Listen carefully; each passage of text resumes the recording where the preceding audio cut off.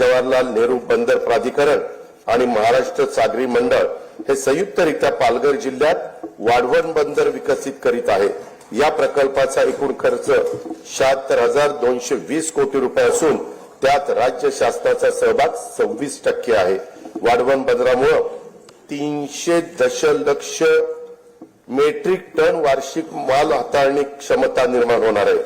जवाहरलाल नेहरू बंदराच्या सध्याच्या क्षमतेपेक्षा ती तिप्पट असणार आहे। सन 2030 पर्यंत नव्या बंदरातून माल वाहतूक सुरू होणं अपेक्षित आहे।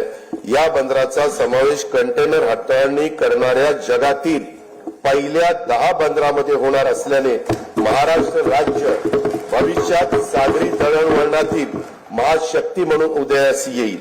वाढवण बंदराजवळ मुंबईतले 3रे विमानतळ प्रस्तावित असून मुंबई अहमदाबाद बुलेट ट्रेनचं स्थानकही या बंदराजवळ असणार आहे।